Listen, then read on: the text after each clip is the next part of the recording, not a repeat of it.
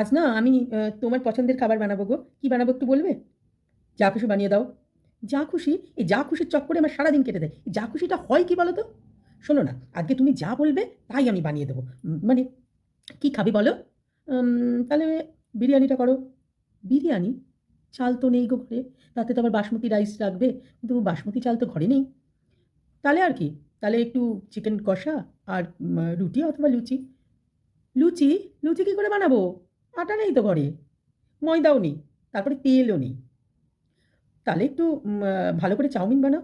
Chowmein? এ মা, তোমাকে তো বলতেই ভুলে গিয়েছি। চাউমিন না, মানে চাউমিন আছে কিন্তু চাউমিনের যে সবজিগুলো দেয় না সেই সবজি নেই।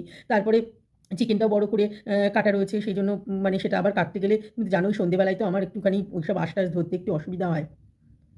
তাহলে কি বানাবে বলো? তাহলে এক কাজ করো, হ্যাঁ, তুমি একটু পনির বানাও।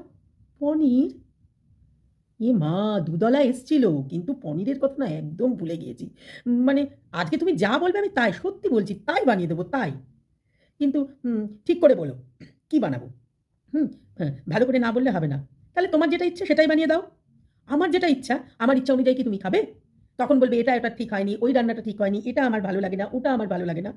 ঠিক আছে, ঠিক আছে, তাহলে একটু পোস্ত আর মুসুরির ডাল বানিয়ে দাও। পোস্ত বানিয়ে দেবো আবার মুসুরির ডাল বানিয়ে দেবো? ওহো, তুমি তো এ মাসে পোস্ত আনোনি, তাহলে কি করে বানিয়ে দেবো?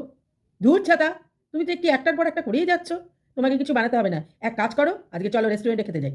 উমা, রেস্টুরেন্টে খেতে যাবো? দাঁড়াও দাঁড়াও, তুমি 1 মিনিট দাঁড়াও, আমি এক্ষুনি আসছি রেডি হয়ে।